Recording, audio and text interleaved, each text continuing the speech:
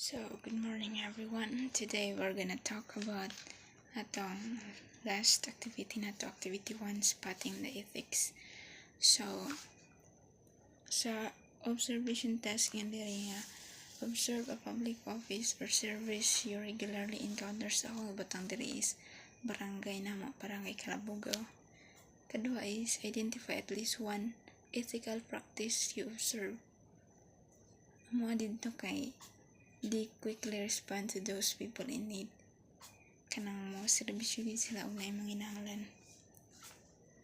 Note in ethical lapses you perceive. Favoritism.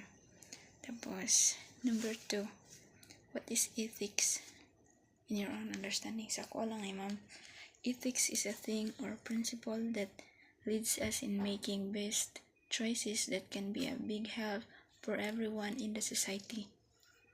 Ethics is what leads us to be honest and to help someone in need, and it helps the people to do which behavior are morally right. Mura na para sa kuha ma'am. Tapos, number 2 nga question.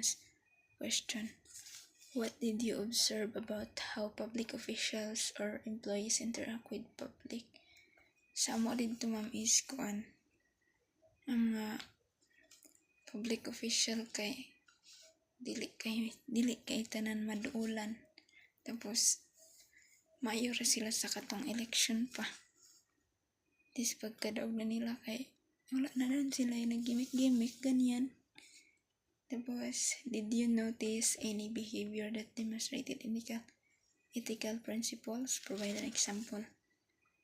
Mo dito kay the behavior honesty ma'am.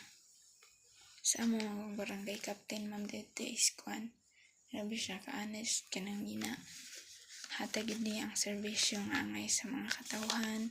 Tas iyag yung ihatag ang kwarta sa katawhan like that. Tapos ang number 4 kay if you observe an ethical lapses, what do you think should have done differently?